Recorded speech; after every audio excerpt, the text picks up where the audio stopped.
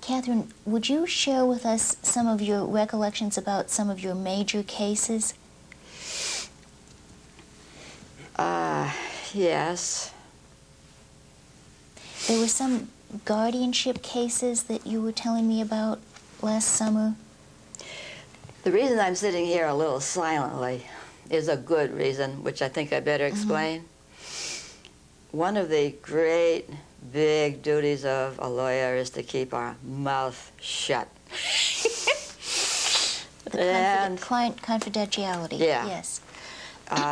It's a serious sin to go tell anything about clients and about cases. And I have never yet seen a lawyer who was even tempted to go out in the street and blab, blab, blab. We know better than that. I have lately been thinking that this taboo against talking about cases is weakening. And in a way that's attacking us in a sneaky way from the fringes. If anyone asked us head on, is it ever all right to talk about cases, we'd say no. But I pretty nearly fell out of my chair at a CLE when it was a joint meeting of accountants and lawyers.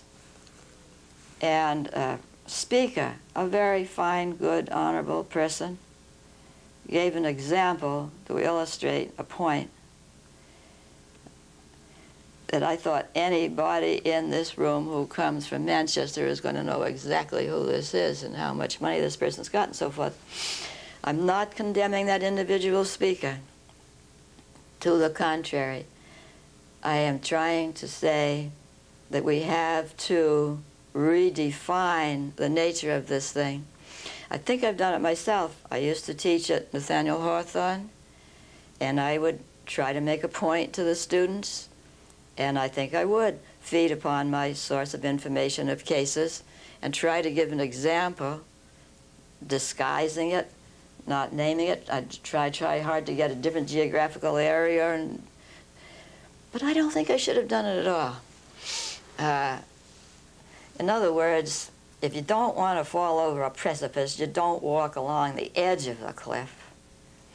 So I would like to speak about my work, but I also want to be sure, far more important than anything I could say about a particular case is for me to say what I hope I'm saying now. We've got to keep our mouth shut, and we've got to re-examine our habits in relation to it. And we can give ourselves credit. I've never yet met a gossipy blabbermouth lawyer, but we are falling into lowering some of the lines of this taboo. Now, the cases that I remember the most have a common denominator to them. The motto of this state is live free or die. And to me, freedom is the most important thing. And individual freedom is the primary thing that a lawyer should protect and defend. Especially those, the judicial branch of the government. We have the executive, the legislative, and the judicial. It's the absolute duty of the judicial branch to protect individual freedom.